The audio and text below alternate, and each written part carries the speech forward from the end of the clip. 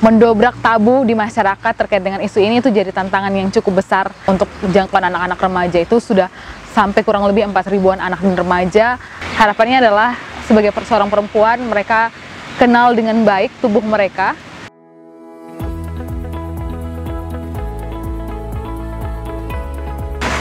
Jadi awal mula Tenggara itu ada sebenarnya muncul dari keresahan aku dan teman-teman. Jadi kita itu mulai dari nongkrong bareng, terus ngobrol soal pengalaman pertama saat mengalami menstruasi dan mimpi basah.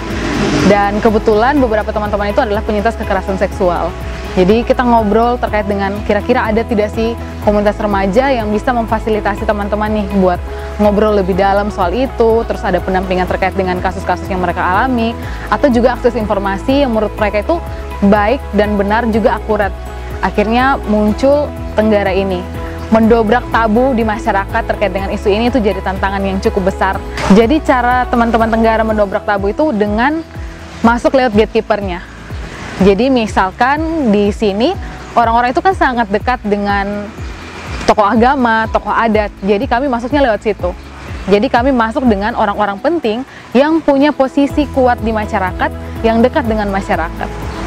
Langkah strategis yang dibuat oleh gereja dalam dokumen haluan kebijakan pelayanan gereja setiap 4 tahun itu kami menetapkan kesehatan reproduksi menjadi bagian dari kegiatan rutin yang harus dikerjakan sebagai upaya untuk menekan masalah-masalah sosial ini, tapi juga sebagai langkah preventif terhadap sejumlah jemaat untuk paham benar tentang kesehatan reproduksi. Kami bersyukur sekali karena dengan Tenggara kami sudah berjalan bersama-sama kurang lebih 5 tahun sejak 2019 dan hasil edukasi kami berbuah baik. Anak-anak kami bisa paham tentang siapa diri mereka, anak-anak kami juga paham apa yang harus mereka lakukan pada saat mereka dipaksa untuk menikah misalnya, dipaksa untuk berhubungan seks misalnya. Anak-anak kami paham, artinya bahwa mereka bisa menjaga diri mereka. Manfaat yang saya rasakan ketika mengikuti kegiatan ini, saya merasa senang karena dulu ini saya tidak bisa menjaga diri saya. Terus yang saya pelajari adalah organ-organ mana saja atau alat-alat mana saja yang boleh disentuh dan tidak boleh disentuh. Dan saya belajar tentang kekerasan seksual, di mana orang-orang dewasa memaksa kita agar melakukan hubungan yang mungkin kita tidak inginkan. Kita sebagai anak remaja yang belajar hari ini, kita harus berani melapor.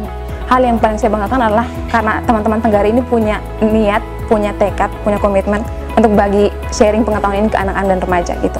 Karena kita berangkat dari keresahan yang sama. Oh, dulu di zaman kita nggak ada sih, informasi ini sangat terbatas. Komunitas-komunitas yang mau bergerak di isu ini tuh sangat susah, tidak terlihat begitu pergerakannya gitu. Orang-orang yang mau gabung di sini, saya sangat mengapresiasi bahwa mereka mau berbagi pengalaman, pengetahuan mereka ke anak-anak dan remaja gitu. Mereka berkomitmen untuk menjaga supaya generasi ini punya pengetahuan yang baik dan bisa menentukan masa depan mereka. Untuk jangkauan anak-anak remaja itu sudah sampai kurang lebih 4.000-an anak dan remaja dijangkau oleh teman-teman Tenggara di lebih dari 30 komunitas.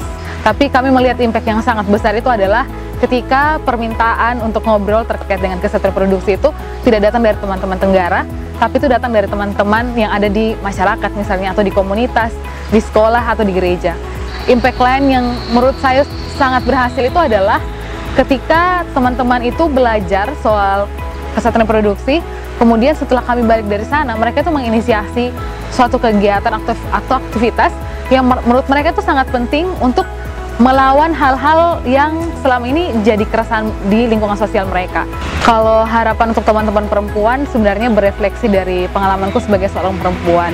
Harapannya adalah sebagai seorang perempuan mereka kenal dengan baik tubuh mereka. Jadi tubuh itu tidak hanya dari luar tapi sampai ke dalam, termasuk organ reproduksi mereka. Bentuknya seperti apa, warnanya seperti apa. Dan sebenarnya dari kita tahu dan paham juga cinta diri kita, menurutku kita kemudian jadi lebih bijak ketika kita sebagai seorang perempuan misalnya mengalami kasus kekerasan. Karena biasanya teman-teman itu banyak yang kemudian merasa tidak ada nilainya lagi, tidak ada harga dirinya lagi. Tapi menurutku sebenarnya label-label itu tidak kita perlukan dari luar. Kita sendiri yang tahu sebetapa berharganya diri kita, dan harusnya kita sendiri yang menaruh label untuk diri kita bahwa kita itu berharga.